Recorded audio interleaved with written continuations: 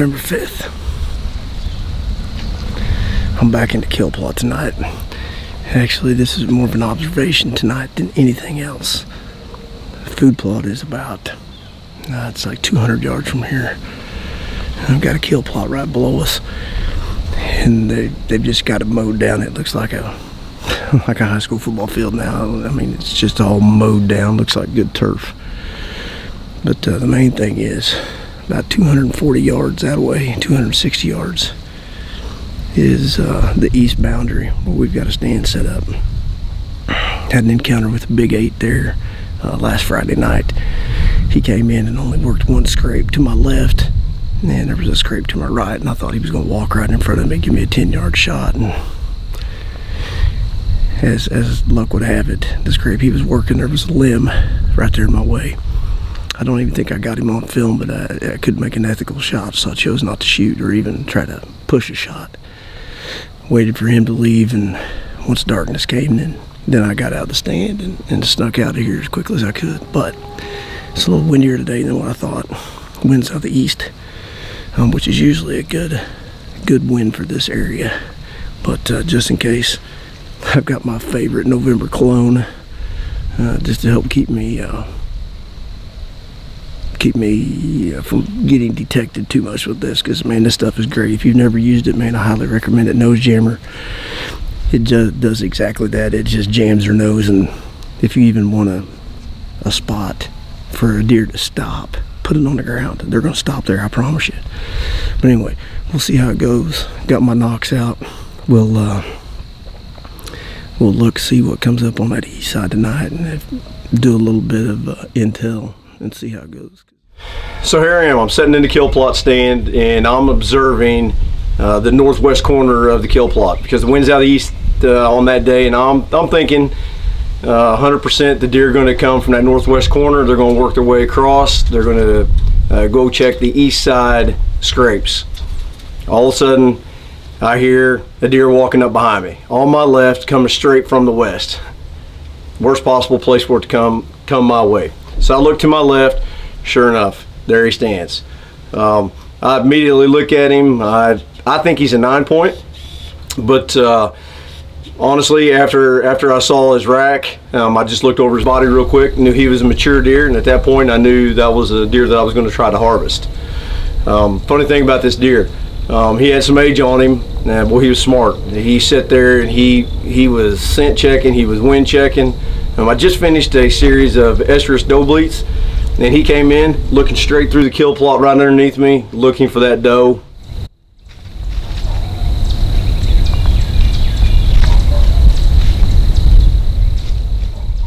When he turned his head and gave me the opportunity to draw back, I let that Matthews eat.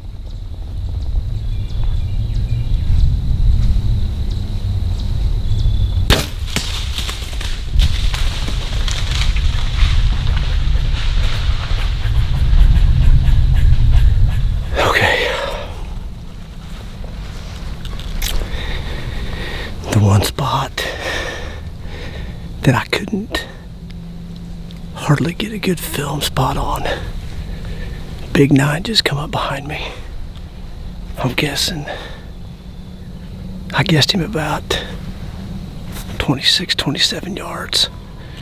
My shot was a little high. Looks like it went up underneath the spine, but I'm gonna have to see if I got him on film. But whatever the case may be, we're going to let this one sit a while. Hopefully, Maniac smack. Bow, baby. Yes.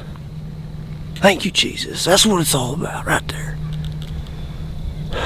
We're all just caretakers of everything that he's given us right here. Whew.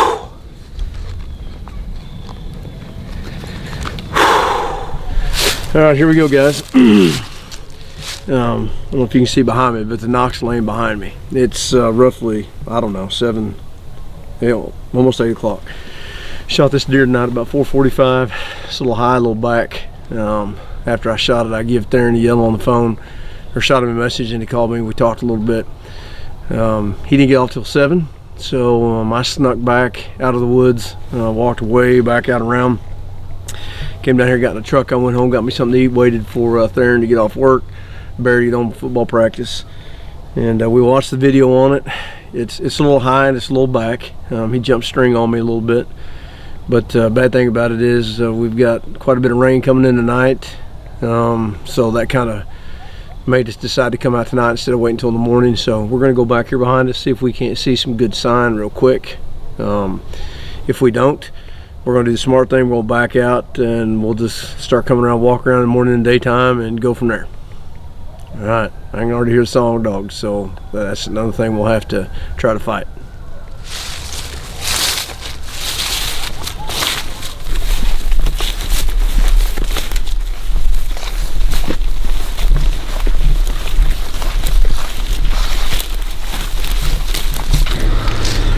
I've got my arrow.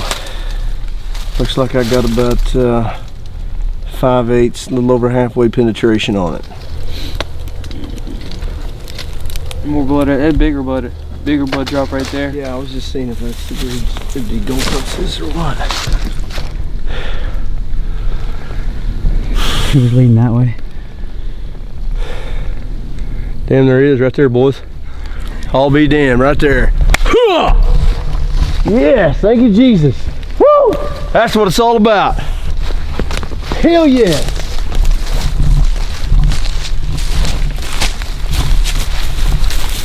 Look at you, big boy.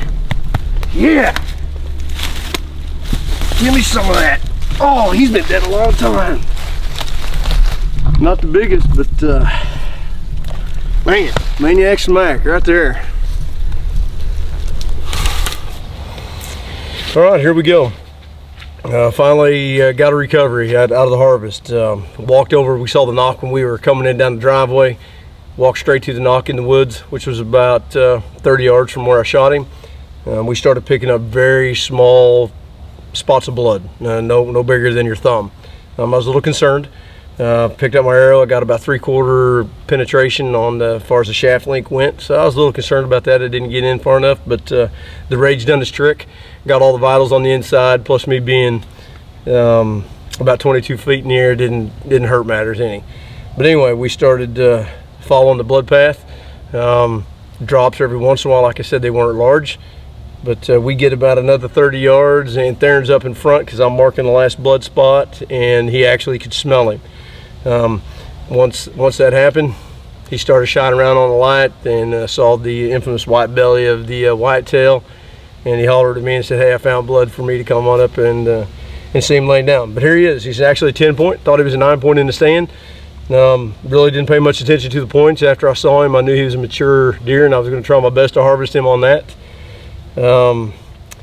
The camera angle, was a little difficult, but got it done on a self film. So here we are, 2019 Maniac Smack.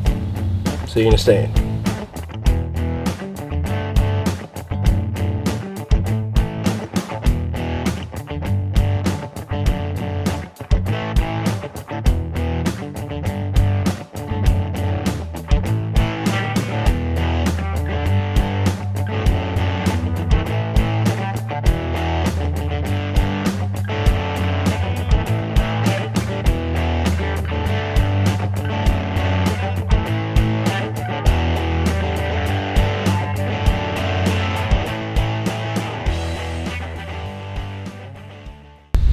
This year I was blessed to harvest a good mature 10 point. I'm very thankful for that opportunity. I do appreciate everyone out there watching this episode of Midwest Maniac Outdoors. I hope you enjoyed it. Don't forget to follow us on all social media and continue to look forward to new things that are going to be released by Midwest Maniac Outdoors. I'll see you in the stand. This episode is brought to you by K&K Insulation.